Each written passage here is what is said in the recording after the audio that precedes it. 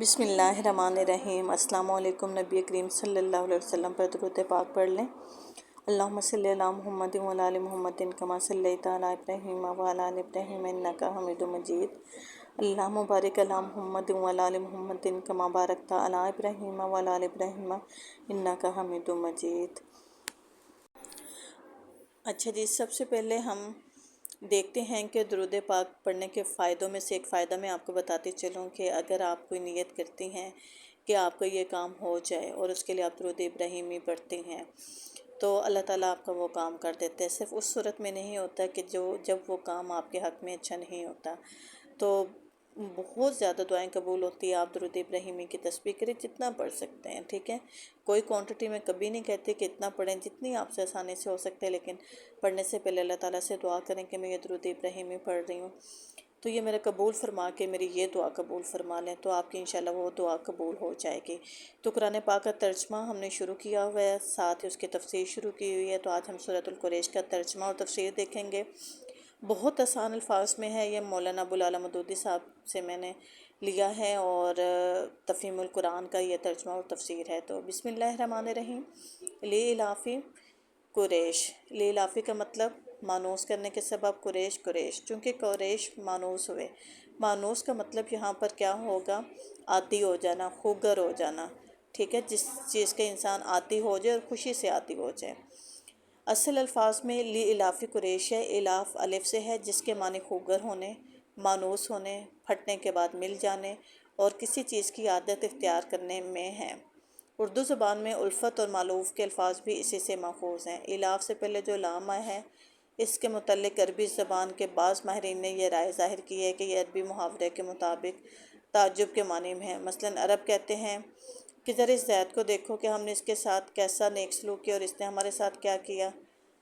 پس لإلاف قریش کا مطلب یہ ہے کہ قریش کا رویہ بڑا ہی قابل تعجب ہے کہ اللہ ہی کے فضل و ذل کی بدولت وہ منتشر ہونے کے بعد پھر جمع ہو گئے اور ان تجارتی سفروں کے خوگر ہو گئے، یعنی عادی ہو گئے، جو ان کی خوشحالی کا ذریعہ بنے ہوئے ہیں، اور وہ اللہ ہی کی بندگی سے روگردانی کر رہے ہیں۔ یہ رائے اخفش، کسارائی اور فراقی ہے، اور اس رائے کو ابن جریر نے ترجیح دیتے ہوئے لکھا ہے کہ عرب جب اسلام کہ کسی بات کا ذکر کرتے ہیں تو وہی بات یہ ظاہر کرنے کے لیے کافی سمجھی جاتی ہے کہ اس کے ہوتے ہوئے جو شخص کوئی رویہ اختیار کر رہا ہے وہ قابل تعجب ہے، بخلاف اس کے خلیل بن احمد اور زمخشری کہتے ہیں کہ یہ لام تعلیل ہے اور اس کا تعلق آگے کے فقرے فَلْيَعْبُدُوا رَبَّ هَٰذَا الْبَيْتِ سے ہے۔ مطلب اس کا یہ ہے کہ یوں تو قریش پر اللہ کی نعمتوں کا کوئی شمار نہیں، لیکن اگر کسی اور نعمت کی بنا پر نہیں تو اسی ایک نعمت کی بنا پر وہ اللہ کی بندگی کریں کہ اس کے فضل سے وہ ان تجارتی سفروں کے خوگر ہوئے، کیونکہ یہ بجائے خود ان پر اس کا بہت بڑا احسان ہے۔ إِلَافِهِمْ رِحْلَةَ الشِّتَاءِ وَالصَّيْفِ۔ إِلَافِهِمْ ان کا مانوس کرنا، رحلت سفر، شتائی سردی و اور صیف گرمی، یعنی جاڑے اور گرمی کے سفروں سے مانوس۔ ظاہری بات اللہ تعالیٰ کی رضا کے علاوہ کوئی بھی انسان کسی چیز سے مانوس نہیں ہو سکتا۔ گرمی اور جاڑے یعنی کہ سردی کے سفروں سے مراد یہ ہے کہ گرمی کے زمانے میں قریش کے تجارتی سفر شام کی طرف کرتے تھے۔ شام اور فلسطین چونکہ ٹھنڈے علاقے ہوتے تھے، اس لیے گرمیوں میں اس طرف سفر کرتے تھے اور سردیوں میں بحیرہ عرب کی طرف سفر کرتے تھے۔ فَلْيَعْبُدُوا رَبَّ هَٰذَا الْبَيْتِ، پس چاہیے وہ عبادت کریں رب هَٰذَا الْبَيْتِ، اس گھر کے رب کی، لہٰذا ان کو چاہیے کہ اس گھر کے رب کی عبادت کریں۔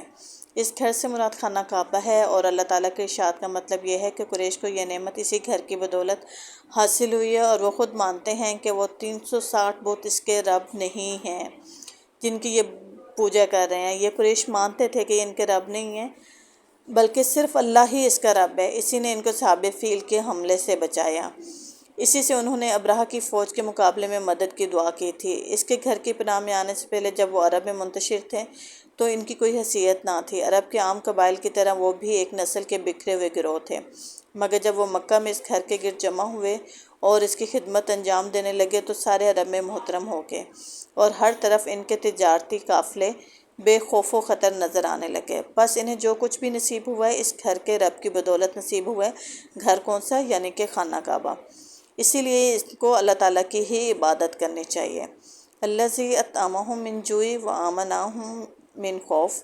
الذی جو جس اطعمہم انہیں کھانا دیا، من جوع بھوک سے، وآمنہم اور انہیں امن دیا، من خوف خوف سے۔ جس نے انہیں بھوک سے بچا کر کھانے کو دیا اور خوف سے بچا کر امن عطا کیا۔ یہ وہی بات ہے جس کی طرف پہلے اشارہ کر چکے ہیں ہم، کہ مکہ میں آنے سے پہلے جب قریش عرب میں منتشر تھے تو بھوکوں مار رہے تھے۔ ایک تو متفق نہیں تھے، اس وجہ سے دوسرا ان کے پاس کوئی روزگار کا وسیلہ نہیں تھا۔ یہاں آنے کے بعد ان کے لیے رزق کے دروازے کھلتے چلے گئے، اور ان کے حق میں حضرت ابراہیم کی وہ دعا حرف بحرف پوری ہوئی کہ اے پروردگار، میں نے اپنی اولاد کے ایک حصے کو تیرے محترم گھر کے پاس ایک بے اب و گیا وادی میں لا بسایا ہے تاکہ یہ نماز قائم کریں، بس تو لوگوں کے دلوں کو ان کا مشتاق بنا اور انہیں کھانے کو پھل دے۔ سورہ ابراہیم آیت نمبر 37 میں۔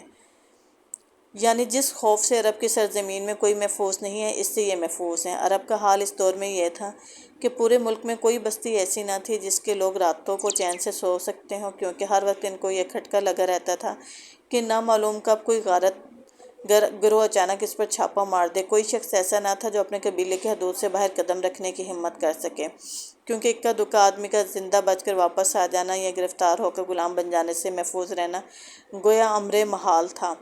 کوئی قافلہ ایسا نہ تھا جو اطمینان سے سفر کر سکے، کیونکہ راستے میں جگہ جگہ پر ڈاکے پڑتے، ان کا سامان لوٹ لیا جاتا اور ان کو خود جان سے مار دیا جاتا تھا۔ راستے بھر کے بااثر قبائلی سرداروں کو رشوتیں دے کر تجارتی قافلے بخیریت گزر سکتے تھے، لیکن قریش مکہ میں بالکل محفوظ تھے۔ انہیں کسی دشمن کے حملے کا خطرہ نہ تھا۔ ان کے چھوٹے اور بڑے ہر طرح کے قافلے ملک کے ہر حصے میں آتے جاتے تھے۔ کوئی یہ معلوم ہو جانے کے بعد قافلہ حرم سے آیا ہے تو محفوظ ہو جاتا تھا۔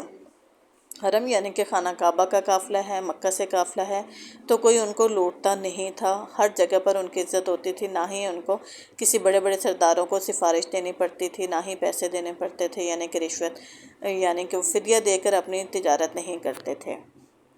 کوئی کہیں سے قافلہ گزرتا تو صرف ان کے لیے اتنا ہی کہہ دیتے تھے کہ من آنا حرم، کہ میں حرم سے ہوں، تو ان کی بخیریت واپسی ہو جاتی۔ ان سے کسی قسم کی سفارش نہیں لی جاتی، نہ ہی ان کو لوٹا جاتا۔ تو اس صورت میں اسی چیز کی طرف اشارہ ہے۔ تو یہ ہمارے لیے بھی ہدایت ہونی چاہیے کہ جب ساری نعمتیں ہمیں اللہ تعالیٰ کی طرف سے ہی ملی ہیں تو ہمیں کس کا شکر گزار ہونا چاہیے؟ صرف اللہ تعالیٰ کا۔ اس کے علاوہ ہمیں کسی اور کا شکر گزار نہیں ہونا چاہیے۔